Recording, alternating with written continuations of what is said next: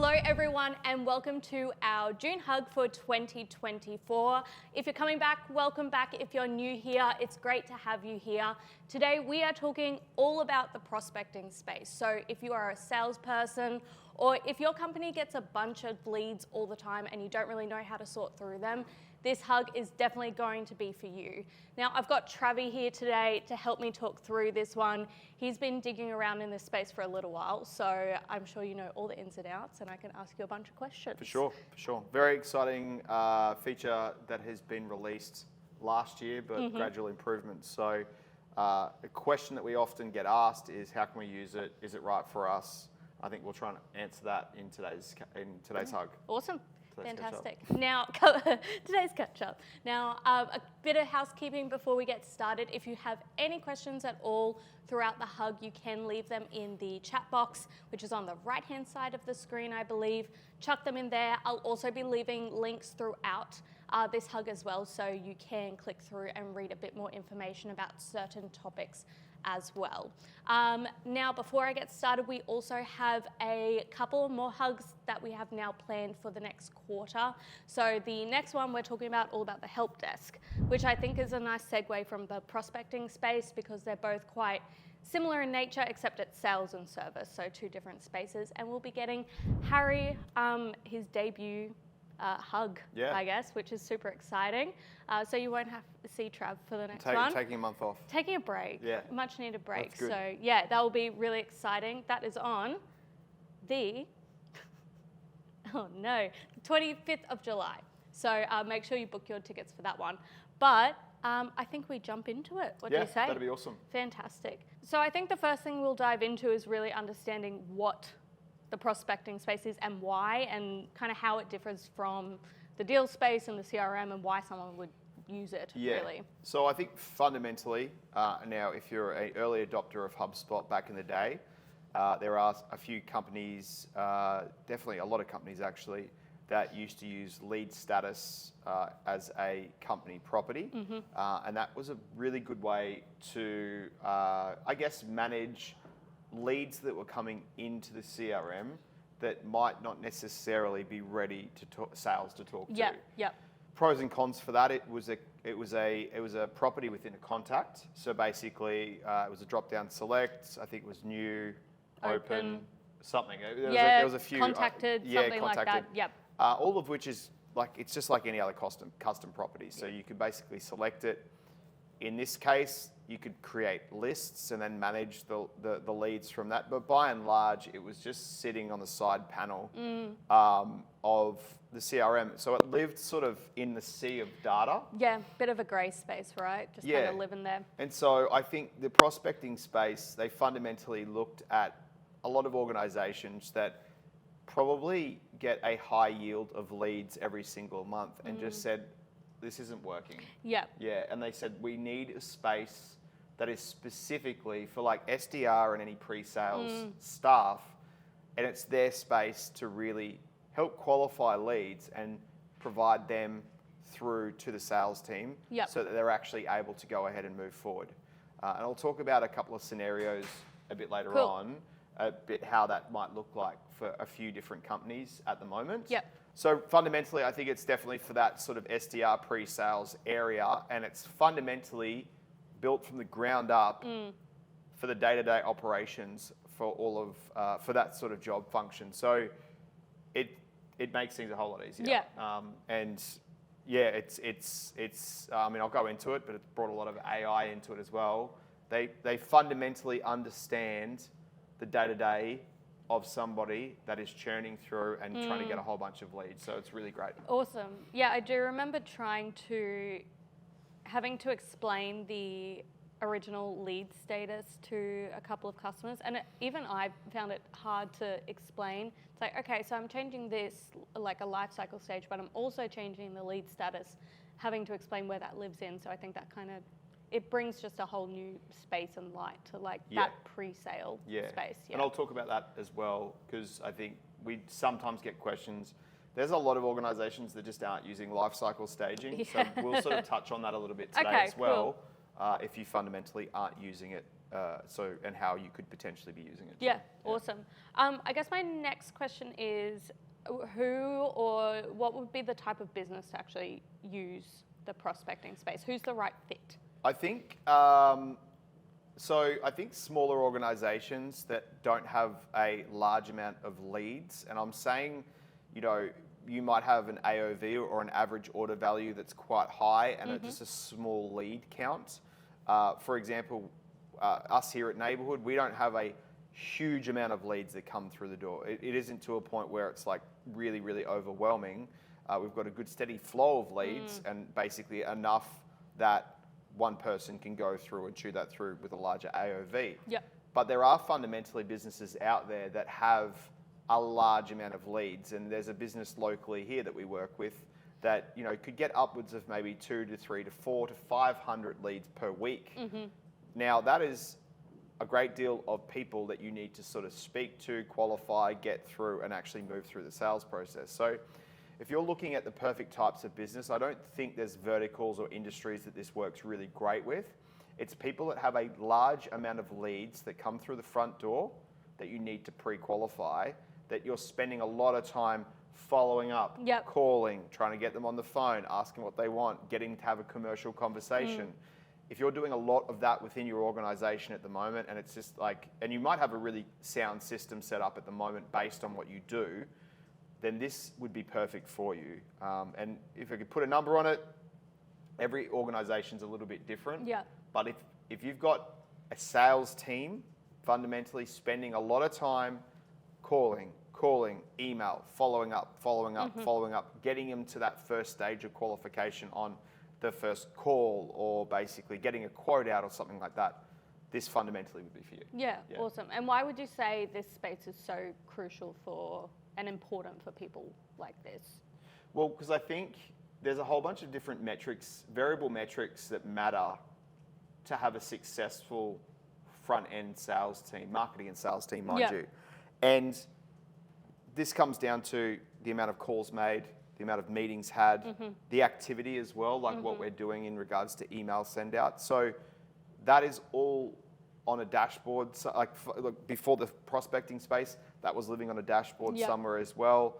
But there wasn't like a ground zero of a place that we could really fundamentally have, not only from a reporting aspect, how well that specific person might be doing, but also a space that works intuitively for the day-to-day operations of that person fundamentally. So hopefully that answers your question. Definitely. Yeah, absolutely. Yeah. Well, let's move on. It'd be good to have maybe a quick overview before we get into maybe the strategies or any of the use cases. Just a quick look at the features available within the prospecting space and what's new and what we can expect from that. Yeah, so what I'll do is I'll run through the features that it has, and then after I run through the features, I'll probably step through getting it set up. Cool. And then best practices on sort of how it would work from day to day. Now, I am going to step through some fundamental structures in regards to methodologies on how marketing and sales operations should be fundamentally working. If you're already doing this, awesome, this is going to work out well. If you're not, if you haven't really figured out what an MQL, SQL, an opportunity looks like for your organization, I feel like this would be somewhat imperative in order to sort of firm up, in order to sort of start using it properly and correctly. So I'll talk you through it. Again, we've got the chat down the right-hand side or also in the comments below. If you are just lost, feel free to reach out. We're always here to help out. But I will say also, there's not a one-size-fits-all for organizations. Okay. You have to do what fits well for your organization. And the one thing that I have seen fail is people committing and saying, okay, that's how we do it from now on in. Yep, and it not working. Yeah, and people that sort of just get a little bit floppy with the consistency of how things work, that's where it fundamentally breaks down. Got you. But I will say that every single organization we've worked with that sticks to it have fundamentally grown substantially. Yep. All right, so I'm going to take you through, you should see a screen up at the moment, and we'll just sort of point out these features. We'll go set up just a bit later on, but just so that you can get a really good idea of what every little part of the prospecting space does. Now, we are using our own personal account here. You'll see a few things blurred out, mainly because we need an account that has activity in it. Yep. We've tried it with our test portal. It just didn't have any data in it, and we want to have a place that has, obviously a lot of data flowing through, so you can kind of, foresee what it might look like for your organization as well. All right, so at the very top, let's just start from the very top. This is the prospecting space that you can see. You'll see at the very top that it has my name, but it also, we actually see other people's spaces as well. So you can click on your name, you can scroll up and down, and you can basically see other people's views. But fundamentally, it should be the person, SDR or a pre-sales person that might be looking at this. A few little widgets at the top that we've got there. So we've obviously got meetings delivered and pipeline created. Now, I will say not every pre-sale needs to have a meeting delivered as well. So some of these metrics might factor in how you do business, some of it won't. It doesn't matter if you don't have meetings in the early stages of a sale. You might have it once it's qualified, but I'll get into that a little bit later on. You'll have the pipeline that's been created, so essentially what has been created from a lead to a deal. Again, I'll get onto it soon. Then you've got your activities this week, and this is really good because you can set specific KPIs or SLAs for people internally to be able to deliver specific activities. So calls made, calls connected, emails sent, and emails replied. And this basically will just look into the activities of like how busy, how proactive has this person been in regards to working those leads specifically. We've also got tasks. Now, again, some organizations live and die by tasks. I hope that you guys do, obviously, but if you're not, again, if you're not specifically using tasks, that's completely fine. But if you are, the calls will show up here, which will just be calls by task, emails by task, and to-dos as well. Overdues and due tomorrow will also be there. Cool. You've also got the opportunity to sort of look at the task progress as well, on how many that you've got to do and then how many you've got left. You could see how fundamentally helpful that would be, just in regards to just getting your work done. Yeah. Also, just starting your day, knowing what have I got on today? What have I got to get done? Yeah. The other part of the right-hand side is the leads that have been allocated towards you. So new, attempting, and connected. So what new leads do you have in your bucket? How many have you attempted? Should you go back to and attempt again? And also, how many of them have you connected with? But we need to sort of work out what outcome that looks like as well. Cool. Down the left-hand side is our schedule. So basically, this will pull from your Microsoft calendar or your Google Calendar to basically give just a representation of what your day looks like. Very helpful if you're on the phone and you basically need to know when you're available next.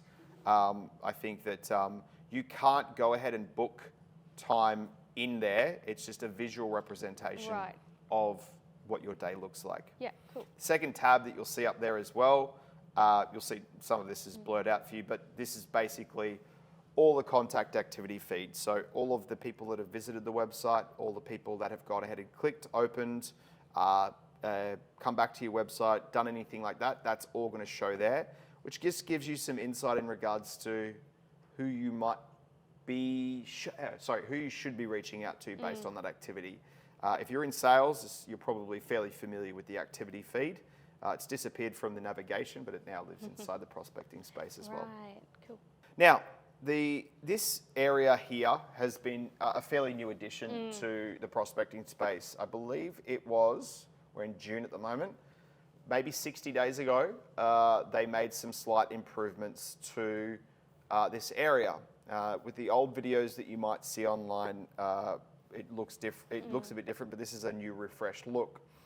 What they've done, and I'm not going to use the word AI, I'll use machine learning because it makes a bit more sense that some of it would be just like logic as well. They're now providing you an area that is assisting with what they think you should be doing based on activity type or actions. So for example, it's saying here at the top for me that I've got 10 new contacts that have been assigned to me. Now, do I want to enroll these contacts in a sequence in order to reach out? or do I want to contact these individually?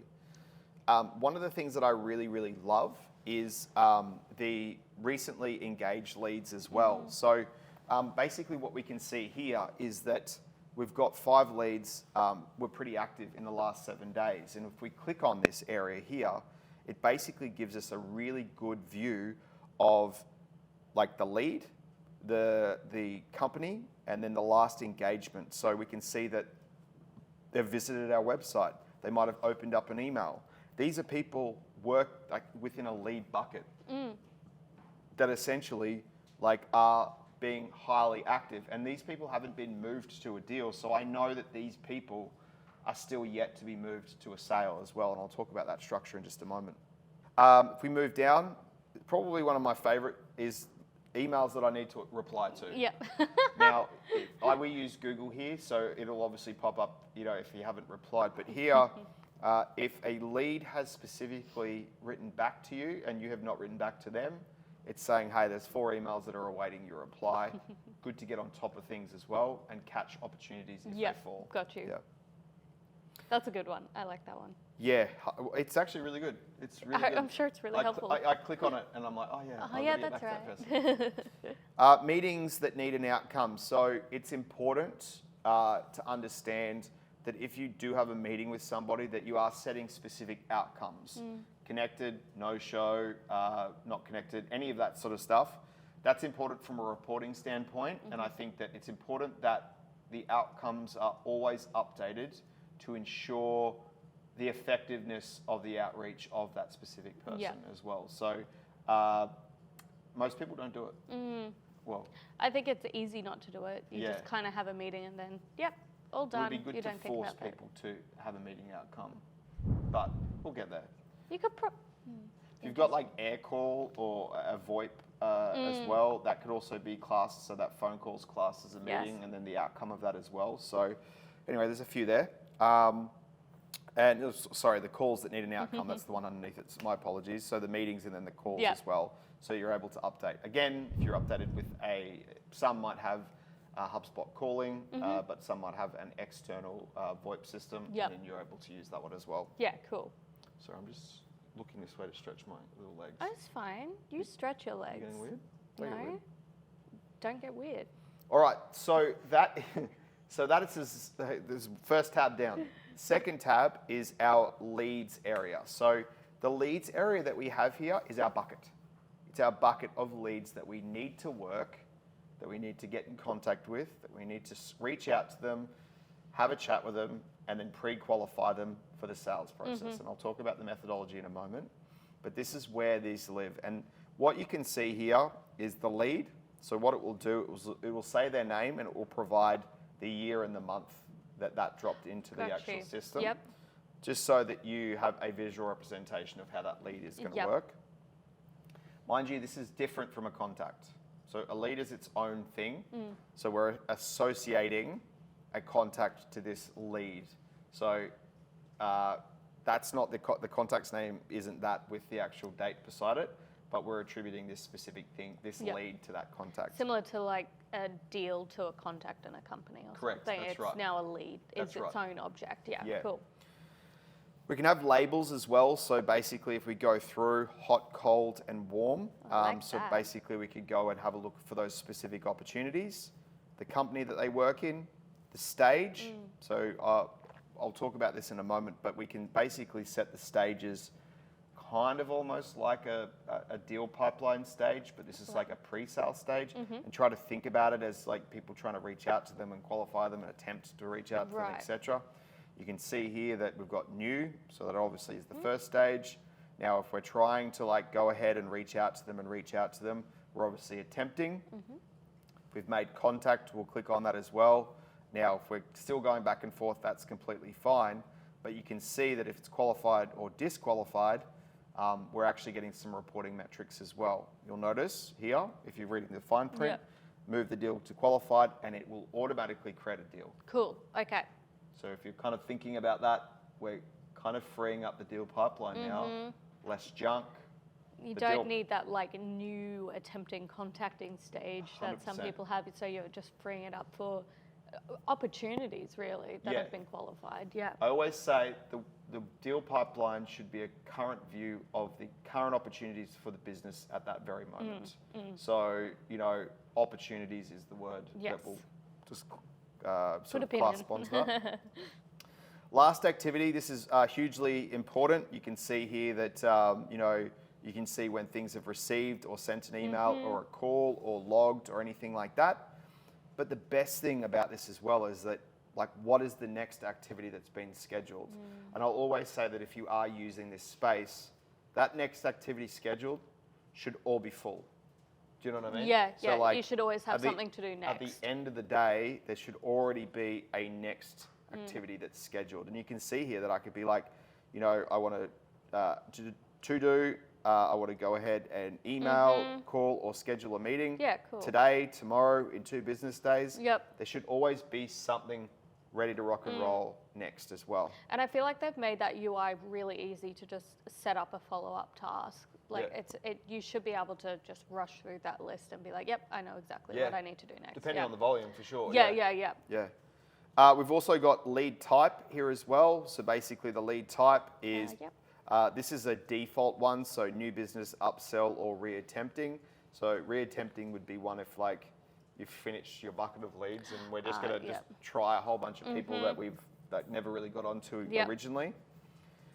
Lead engagement. So basically what was their last engagement with the business as well. Now you can edit these columns, so you can go through. These are all specific lead properties, but we can also bring in some contact and activity ones as well to give us a bit of an idea of what's going on. I wouldn't go too crazy, but enough information to actually go through and give you an idea. I did see one here where we've got lead owner too. So now, if you're the owner, you should just see what you see in your pipeline. But you can see here that we've got a whole bunch of different types of properties that we could drop into our column as well. Nice. Now, at the very top, we've got our navigation, so we can go through, just like the deal pipeline or anything like that, we can go through and filter by different labels, different companies, target accounts. Target accounts, that's interesting. Sequence, enrollment, nice. any of the types of leads as well, or any filters that we just had a look there for our properties as well. Yeah, awesome. Now, you will sort of see up here actions and new leads. So new lead is essentially like adding a new lead. So whether you've got a phone call that popped up and you basically want to throw that lead inside the CRM, you can click on that and then go ahead and create this new lead. Now, you might have a pre-existing contact in the CRM. Hopefully you do. If not, you'll need to go ahead and create that, but then going through and creating the lead name and associating that with the contact as well. Now, the actions. This is probably what I'll dig into very shortly. We can view all the leads for the organization. We can pull in leads. I'll talk about that a little bit later on. If I talk about it now, it won't make sense. We can view the lead funnel report. We can open the settings and we can restore leads that we might have got rid of as well. But we'll talk about that a little bit later. Easy. Schedule. This is just the schedule.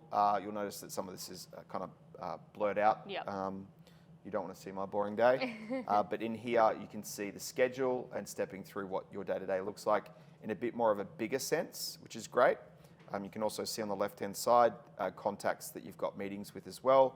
So it gives you a bit of a good overview of what your day looks like. Nice. And feed, again, this kind of feels like we're just sort of putting another space to have a look at that activity, and you can search for those activities, etc. as well. Awesome. So I have sort of touched a little bit on some of the things and features that we've got in the prospecting space, but I think probably one of the questions is, well, how does this work within an organisation? Yeah, like a day-to-day organisation, or just like where it fits. How would it work? Yep. So what we might do is we might dig into the fundamentals of how that works operationally from a marketing and sales perspective. Awesome. Yeah. All right. So I think it's important to understand how things or how companies were dealing with large amounts of leads prior, I guess, to the prospecting space. I've got two scenarios in how this has worked in the past. And I think they're the only real two that I've seen in my tenure, probably you as well. Yeah. Is that there's two ways. So the first one that we've got here is that when someone submits a form, essentially, what we do is we set their lead status in the contact property. Now, I've seen people use lists as well to say that if the lead status equals X or Y, show it in this list. And then they basically go into the list tool and basically running the gamut of going through the lists and reaching out to them, etc. They'll also use list reporting to understand where things might be at. Once they're qualified, they'll also go over to the deal pipeline, create the deal, manually bring it over, and then basically go from there. When that happens, the sales process can start. So that's one type of existing process that hopefully you won't be doing much longer. The second one I've seen, and I probably see more of this than any. Yeah, I think this is the most popular one. Is the lead comes into HubSpot through a form submission, and the deal is automatically created and created inside of the deal pipeline in the first stage, or it's manually created if you don't have any automation. Then usually they use the first 2 to 3 to 4 stages in regards to new lead to contact, reach out one, or whatever that might be, and then using those first 2 or 3 or even 4 pipelines. I've seen 5 going through and bouncing around call 1, call 2, call 3, and basically using that front end of the pipeline to go ahead and manage that specific process of qualifying to go through. Everyone is notoriously a little bit unorganized. So when we pop the hood on a deal pipeline, yesterday I think I saw one stage has 580 deal cards in there. Some have 700. It's just like, it's unorganized with no views, and they're not using the views at the top as well. So it is just wild. Yeah, that's of wild, the amount wild of west. deals that are there, and how can anyone get any transparency in regards to what to do next? Yeah, it's also overwhelming. You start your day and you open up, it's like 200 deals to sort through.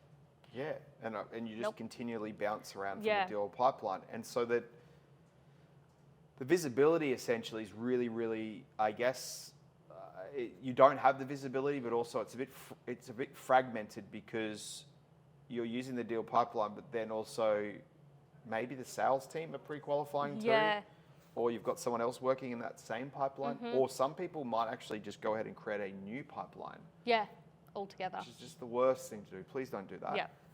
And so all of a sudden, it's just unorganized. It's not neat. It's not. The ability to scale becomes hindered quite significantly because the more leads and opportunity, or the more leads that we get, in turn for opportunities, means that we just do more work. Yeah. And it becomes cluttered, becomes overwhelming, and it essentially turns into something that you didn't really intend for it to be, more work than it used to be. Yeah. You're either, whoever's watching this and you're currently doing it, you're either in one of those two camps. Yeah. 100%. Where the prospecting space comes in is that when a form is submitted, now I'll talk about the lifecycle stages, and then some organizations are using lifecycle stages, which is a contact property. You might see it on the left-hand side when you open up. If you get your HubSpot account out of the packet. Brand new, you'll see the lifecycle stages. But the form is submitted, the lifecycle stage is tagged as an MQL, SQL lead, however you want to do it. The lead is created in the prospecting space, and you use the prospecting space to pre-qualify and qualify that. So the reach out, the attempting, emailing, calling, having a meeting, doing whatever you need to do within your organization to fundamentally figure out, does this person want to have a commercial conversation with our organization for our goods or services? That's it. Yeah. Because you want top salespeople to do what they're good at, selling. Yeah. You don't want top salespeople sitting on the computer and just dredging through all of the data, doing what they're not good at. Yeah.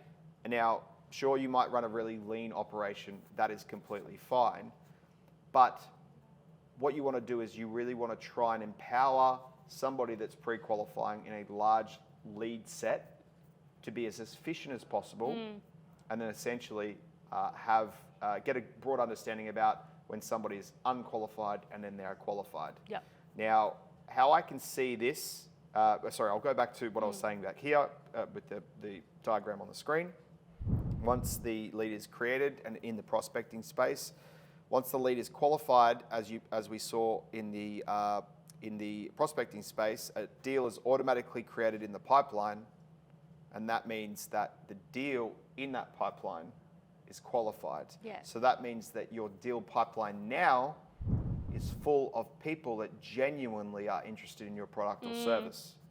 So you know that this is the actual body of what is possible from a sales aspect. Yeah, awesome. I don't have stages of people that are wasting our time that might not necessarily transact with us. And then things like forecasting and all that just like brings it all together. I was about to say that with the new AI forecasting that's brought through, this now gives you a clear representation about your forecasting for your organization. It's not muddied up with bad data. Yeah. You know that that person has actually said that they want to have a conversation with you about your products or services. If you've got a large team of salespeople and their job has fundamentally been to prospect, pre-qualify, run the sale, and close, I challenge you to think about what the future might look like for your organization, knowing that you've got full use of these tools. Yeah. Now, the conversations that we've been having a lot lately is that the sales team has always been one unit. Yes. So they all fundamentally work through in pre-qualifying their leads and closing the leads. Yeah. What I challenge you to think about is knowing full well that if you have a large amount of leads to chew through, should we segment the sales team into pre-sales and into sales? Looking at potential skill sets as juniors and potential seniors or mid-weights, that the juniors or entry levels can go through and really work through more of an SDR or a pre-sales role, where they would be fundamentally focused on working inside the prospecting space, and then giving the senior, more skilled people the opportunity to run in the sales pipeline, which then close more deals, because that's what they're really good at. They know that they're having those conversations. If you're a smaller organization and that's not necessary or possible, there is a role or an opportunity for that one-man band or the small organization with a couple of people to be running the gamut of not only using the prospecting space for the first half of their day or whatever that might look like, and then using the sales pipeline too. But I think what I'm trying to get at here is that if you've got a large amount of leads, fundamentally it was all put into one big bucket. In this scenario, what we're doing is we're splitting pre-sale and the sale. The pre-sale is the prospecting workspace. Yeah, gotcha. Now, you heard me speak about lifecycle stage in the diagram that was on the screen. Now, for those playing at home that fundamentally use the lifecycle stage religiously, this will be very easy for you to do. If you've always seen it there and you're like, I don't really quite understand what it is, and I mean, I read or watched a video and I kind of read about it on HubSpot, but it's not for us. Yeah. I think if you've got a large amount of leads, this is very good to understand where a large amount of these are within the organization in regards to, I guess, the customer journey or their life cycle stage. It's in the name. When someone enters inside the organization, they are learning about their problem. So their life cycle on understanding their problem, kind of Brian Halligan back in the day sort of more spoke around the funnel, where we sort of like, we've got people go outside, go on the internet, and they research what their problem is. We now do more research and inquire more about trying to understand the problem before we reach out to get someone to fix it. Yes. So people will go out there, get their details, download ebooks, reach out, watch webinars, give their details for newsletters, all that sort of jazz, so they can learn more about what you do to help them solve their problem. Yeah.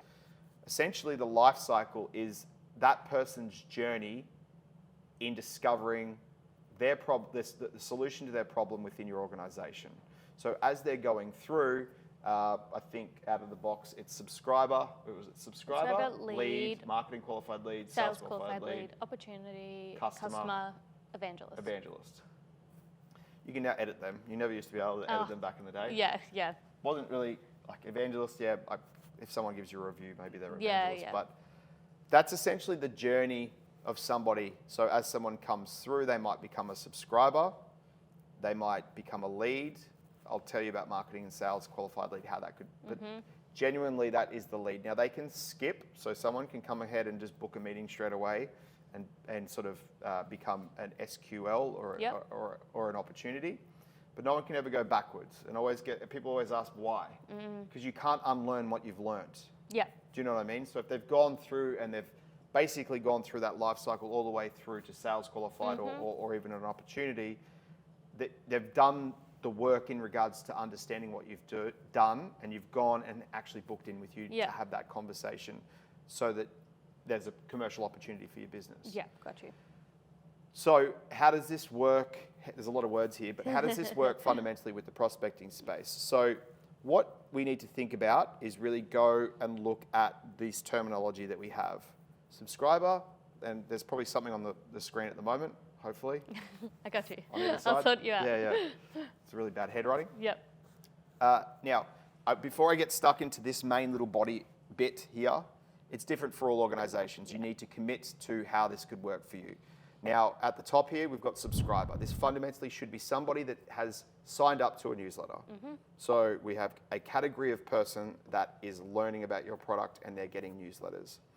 You've got lead, marketing qualified lead, sales qualified lead, opportunity, and customer. So we'll not talk about the last one for now, but we'll just talk about the ones that properly matter for this hug. Now, you can categorize each of these life cycle stages based on what you do for work. So how you work. If you have minimal marketing, you might want to just completely not use the lead. We don't use the lead. No. It's like we don't use the stage lead at all because, we do our marketing.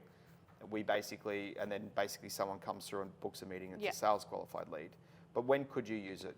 We worked with an RTO that did fitness a long time ago, which basically we stepped this out. And we basically said, hey, if somebody signs up to a newsletter, it's a subscriber. If someone becomes a lead, it's somebody that we've met at a conference or an event. Yep. Now, if it's a marketing qualified lead, they've downloaded one of the ebooks. They've basically interacted to a webinar.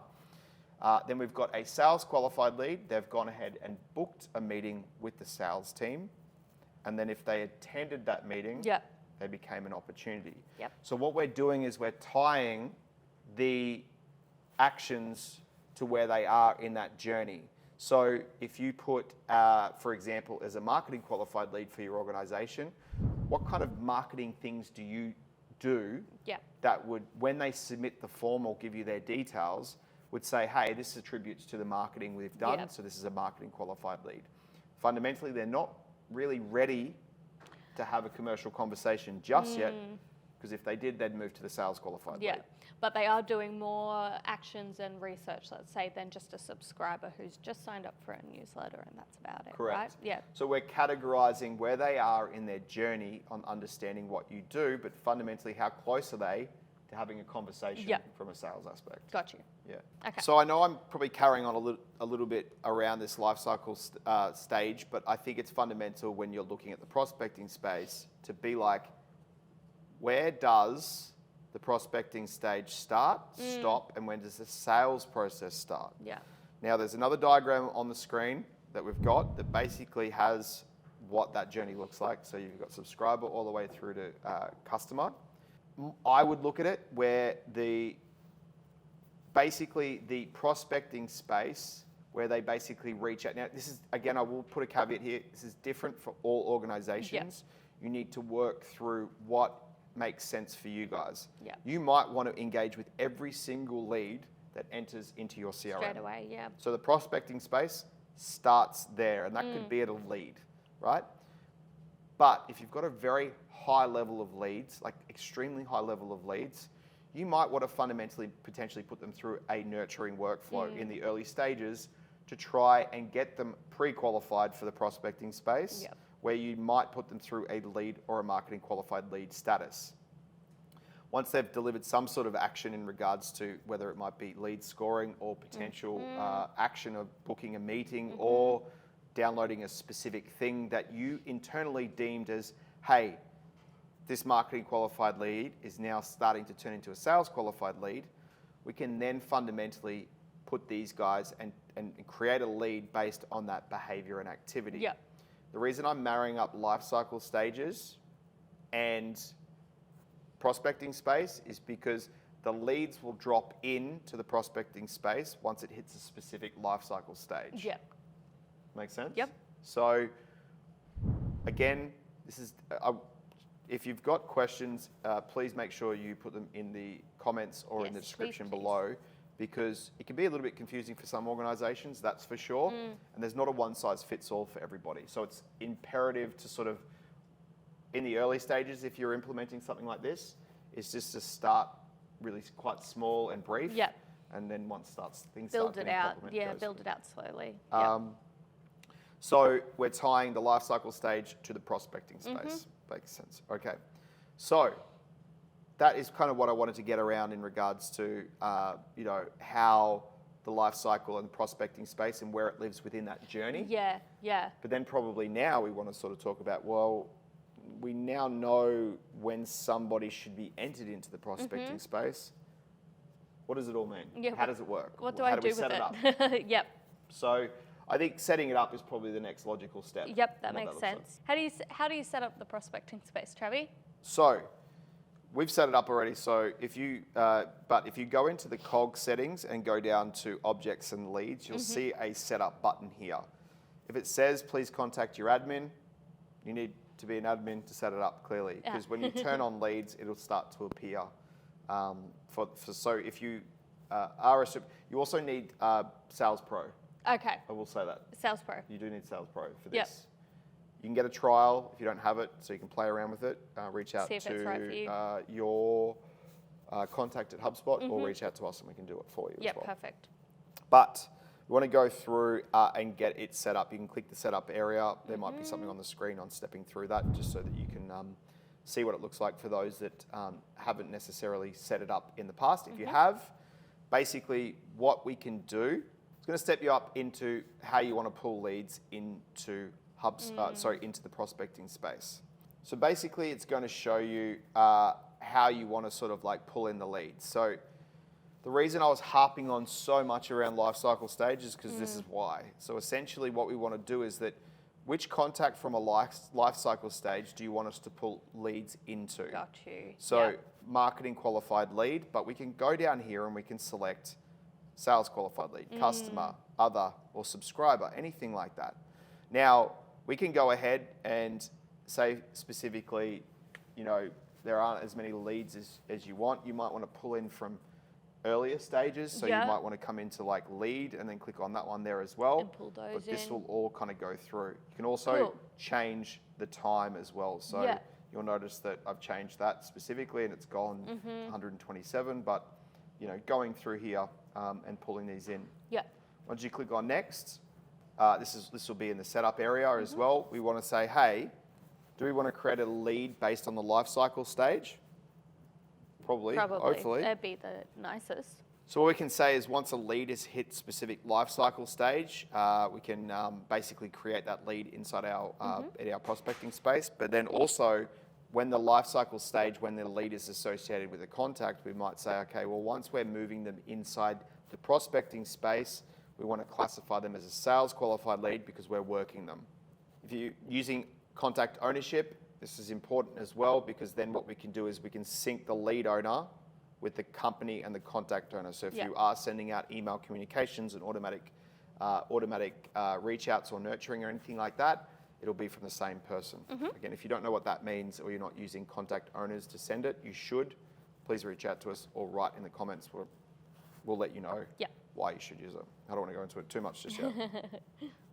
And then we'll go through and then success. And then what you will see is that when you bring them all in, you will see the list of all of the contacts, all of the leads that you've got.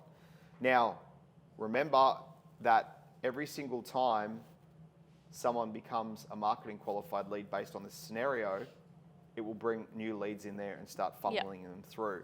So when you think about when someone gets in the morning, all of the leads that are there, that not only you've been allocated towards the day before or the day before that, but you'll have some new ones as well that you need to work through. Yeah. So you're consistently working through these leads to get them through to a position in which, if you go across to the stage, hopefully goes to qualified, and then the drawer comes out to create that lead as well. Cool. So pre-sales, prospecting space. So that's how we bring leads into the area there as well, if that makes sense. It does, yeah.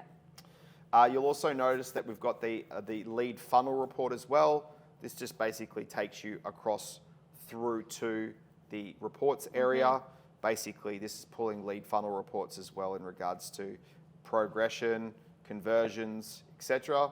Now, you can put these into a dashboard and send them through to specific salespeople or managers daily, weekly, or whatever that might look like.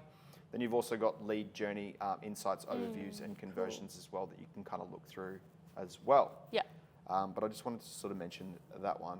One thing I wanted to talk about whilst we're in here as well is that the process isn't set in stone in regards to the pre-sales person reaching out to them and converting them. Every business is different, but that process might be different for every single person. So you'll see here in the lead tab area, in which I had a drop down before, is that we've got stages. So the stages are semi-like the deal stages. Yeah, so in here, out of the box, we've got new, attempting, connected, qualified, and disqualified. So what we want to try and do here is that your business might be a bit different. There might be some pre-qualification stages that you might want to add in there. There might be 2 or 3 different types of calls that you need to have before actually this person's ready to have a chat to, a commercial conversation. If you go up over to actions and then down to settings and then move across to the pipeline, you'll see here that you can go through here and set up your own stages based on the complexities of your business. Now, you'll see that this one's not started, in progress, and qualified and disqualified. You can rename them to be whatever you like, but you can't get rid of that stage because that's fundamentally the stage. But maybe in progress, you might want to add a couple of stages that might, meeting 1, 2, and 3 for pre-qualification, that might be. You can also add stages to the qualified area, also to the not started area or the disqualified. So you might have specific processes internally as well. You have got conditional properties. So again, as you go through, we're able to go through and say that once something moves to, like a deal stage, once something moves to a different stage, we're required to enter that information to go through. So you can see the similarities between the deal pipeline and the prospecting space.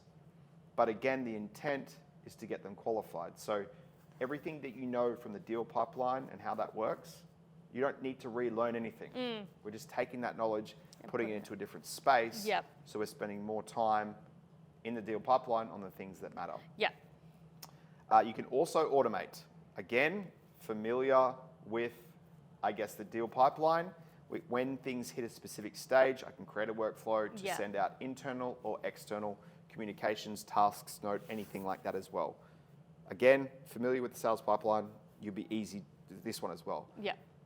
You want to think about cutting the head off the snake of the deal pipeline for all the pre-qualification and moving it into the prospecting space for the leads object. Poor snake. Poor snake. Well, it's well needed because the head of that snake is huge. That's pretty good, eh? That was great. That was great. You can use that.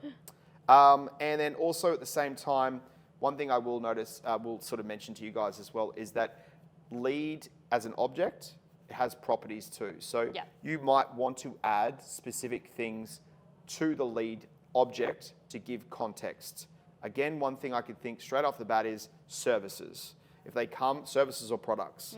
If someone comes into your workspace, you might want to classify them on what products or services. You can add that and then add that to this table. Cool. It's no different to a contact, a deal, or a company, or a ticket. You can create properties underneath that object that makes it customized for your organization. So I think, I will be honest with you, this is a pretty dense topic. I think we've spoken about not only the tool, but fundamentally the methodologies on how an organization would go from not using it to using it.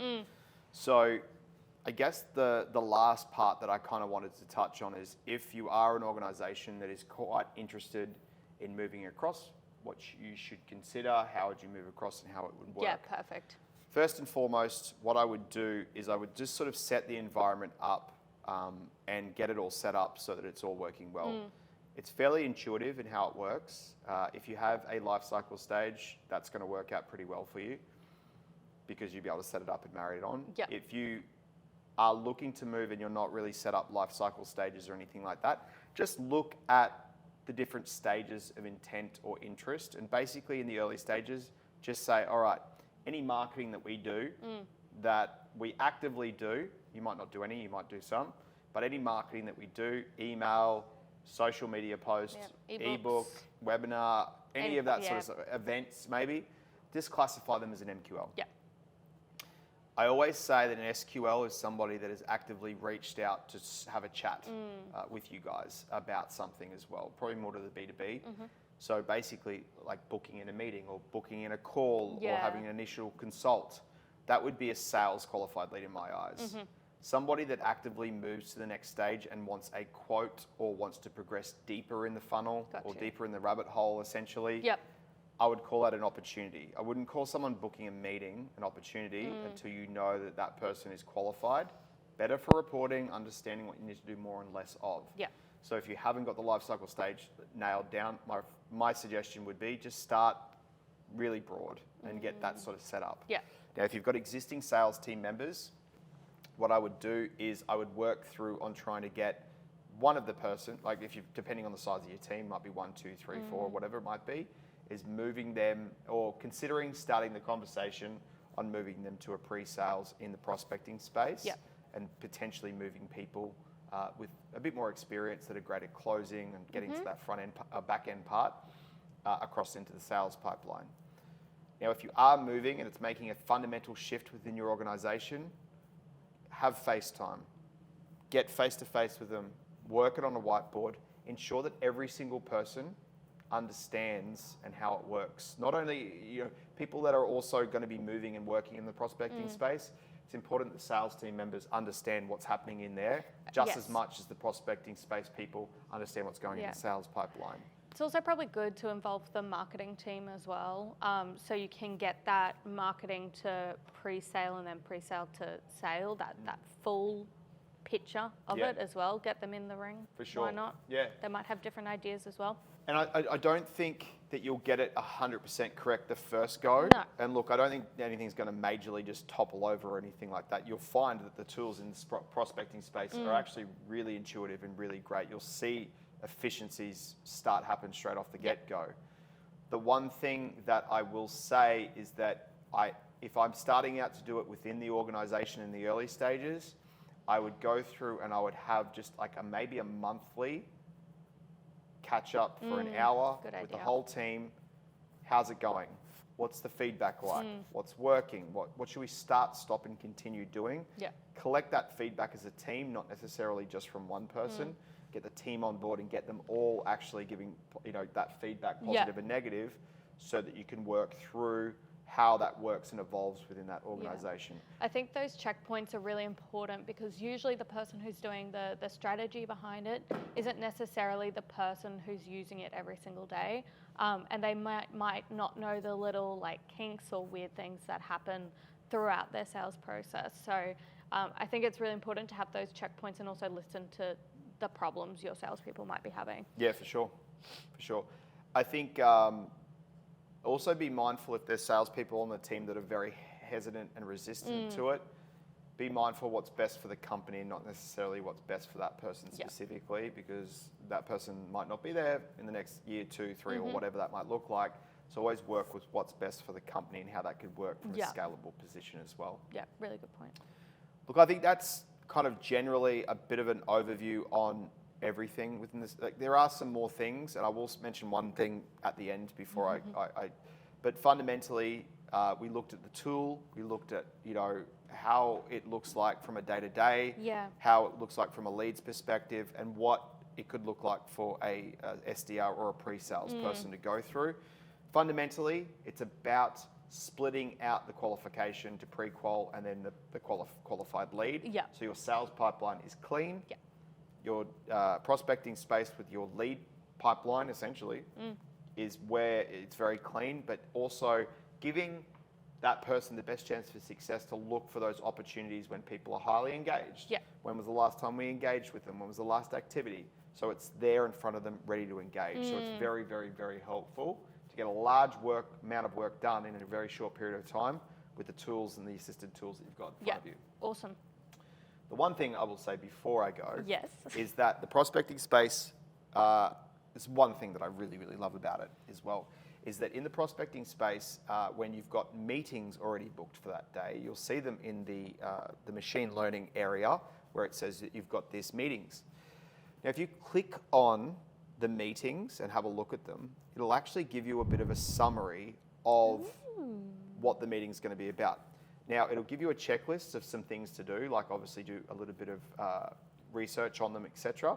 But there's an area in there as well, if you have a look on the screen right now, when you click there, it's actually using AI and insights that HubSpot brings, not only about pulling in all of the conversations that have happened within the CRM, emails, engagement, when they submitted forms, it'll provide you insights in regards to the history, like written on the right-hand side there. But also the other tab here will give you insights about the company. So it'll pull insights that it knows from the website, from the internet, sorry, and actually give you some context around not only the engagement with your company, but what the company is as well. So it'll start to give you a bit more. I don't know where it's pulling it from, but this area that you can see on the screen right now is very helpful for prepping for a meeting. Yeah, so if you've got a junior, it's beautiful. It's so good. You're not having, usually in the old school, you'd have to go through, look at the website, go to LinkedIn, find out who they are, what it is, go into the CRM card. This gives it all to you in one space. So just before a meeting starts, maybe half an hour beforehand, you can go in there and prepare for the meeting so that when you duck into it, you're fully prepared. You've got all the knowledge that you need to make that conversion happen and obviously make that deal in the pipeline. So for me, that was really helpful because I didn't have to go everywhere to look for everything, what engagement we had, but it's all written, I guess, using I think it's using, hang on. Oh. Using the ChatSpot AI tool. Yes, So it's basically using that tool in pulling all of the information out of HubSpot to be able to give it to you in written format prior to the meeting. So that's kind of what, like, on top of like the meetings, emails that you should reply to, just in case they're missed if you're super busy. But that one there really makes you look great in a meeting that you've pre-prepared. Yeah. Thank you to the ChatSpot AI, but also having a look at the AI tools to go through and look at the company history and what they're about too. So yeah, very, very cool. Amazing. We did it. My throat hurts. Yeah, I bet. Like I said, it was a very dense topic, but for those that are serious about sort of making use of it, it will fundamentally make you a better organization from a marketing and sales aspect. Yeah. Make you more efficient, get you eyes across it, and it will have better results if you fully lean into it and stick with it. You will definitely have a better, more efficient organization from a marketing and sales aspect. Yeah. If you stuck around, thank you so much for sticking around. And if you're watching on YouTube, thank you for watching.